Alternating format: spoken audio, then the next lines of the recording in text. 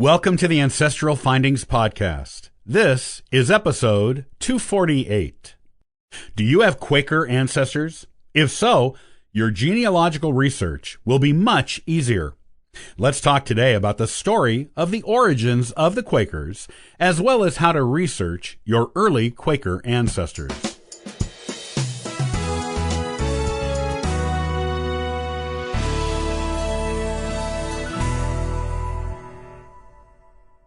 Quakers call themselves the Religious Society of Friends.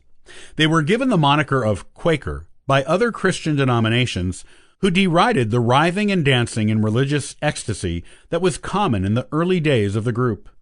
While there are several different Quaker denominations today, they all come from the same first group and share the same values the original Quakers taught. These values can be summed up in the belief that each human has the ability to access the Spirit of God that is within every person. Because Quakers believe that God is in every person, and each person can access God within them without the intercession of priests or pastors, they have a general priesthood of all believers. Each member of the Quaker Church is a priest within that church, and can teach others and give testimony, even women and children, which is quite unlike most other denominations of Christianity. Quakers also avoid creeds and hierarchical structures. The different Quaker denominations that exist today include evangelical, holiness, liberal, and traditional. Original Quakers had meetings with no planned services. Most of the meetings were held in silence, until and if someone felt moved by God to say something.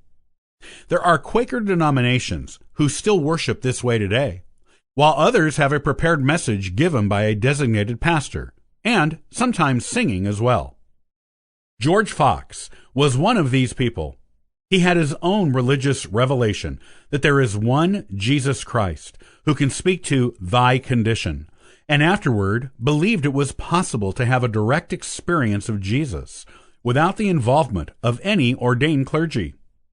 George Fox began traveling around England preaching this new religious testimony, then brought it to the Netherlands and Barbados. Because Fox taught that Jesus came to earth to teach people personally, that he expected others to continue this individual, personal teaching.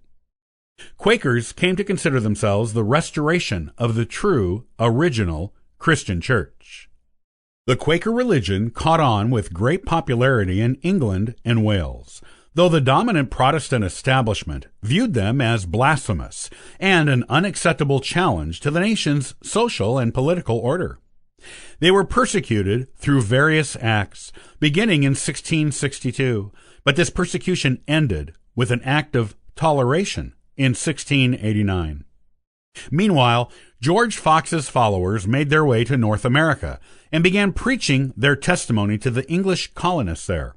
Many of the missionaries who went were women, as women were equal priests and teachers to men in the Quaker Church. The Puritans in New England proved less than receptive to any Quakers within their borders, and even stopped a few would-be missionaries from getting off their ships before sending them back to England. The authorities did not want the Quaker religion to corrupt their pure Puritan citizens. However, word got out through a few missionaries who managed to get through, and via handing out Quaker pamphlets to the colonists. There were Puritan converts to the Quaker religion, and the Puritan persecution of the Quakers began in North America. Many colonial Quakers were imprisoned, fined, whipped, mutilated, set in the stocks, tortured, and banished from Puritan-controlled colonies. Those who were forced to leave, or who wanted to leave for more tolerant pastures, usually went to Rhode Island, which was set up as a colony where any Christian denomination was welcome. Though the Puritans enacted a death penalty for any Quaker caught on their third entry to a Puritan colony after being banished, only 4 were ever executed, and these were 3 men and 1 woman. The woman, Mary Dyer, has a statue erected in her honor in Salem, Massachusetts. Eventually, the Puritan authorities were ordered by the English king to stop their persecution of Quakers, and members of the group became tolerated and even accepted in most of the colonies. One colony, Pennsylvania, was even established by a Quaker, William Penn, and governed on Quaker principles. Over the centuries, Quakers have come to be known for many things that make them stand out from other religious denominations. Some of these defining characteristics include the following: using "thee" as an everyday pronoun, refusing to participate in wars, wearing plain clothing, refusing to swear oaths, opposing slavery, opposing the consumption of alcohol, belief in trial by jury, belief in equal rights for men and women, advocating for free public education. The early Quakers advocated boisterous and unruly behavior in order to get attention, to point out the fallacy of the regular Protestant church, and to get converts. By 1700, this behavior was no longer encouraged, though the use of spontaneity of expression during meetings was still a part of their worship. Later in the 18th century, the Quakers began what is known as the Quietist period, where they became a more inward-looking religious order and left off most of their conversion efforts. They also outlawed marrying outside the faith. Those who did would be excommunicated.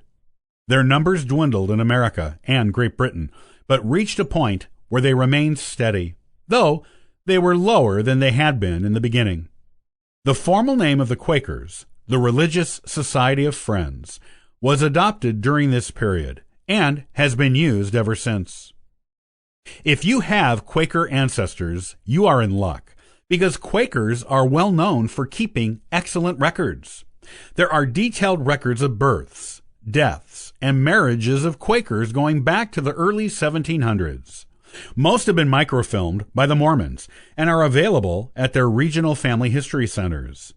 These records can also be found on numerous genealogy websites, or even at Quaker churches themselves. Quaker cemeteries abound in New England. Though the early members of the church did not believe in headstones, you may not find any stones until the mid-1700s and after. There are also many ancient Quaker churches going back to the early 18th century that are still in use. Quakers are one of the easier religious denominations to research, even if someone left the religion either by choice or excommunication, because those events are recorded too, as the movements of early Quakers from one church to another.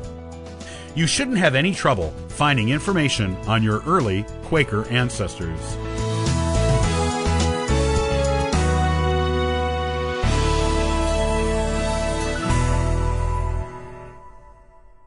Martha Washington was the very first First Lady of the United States.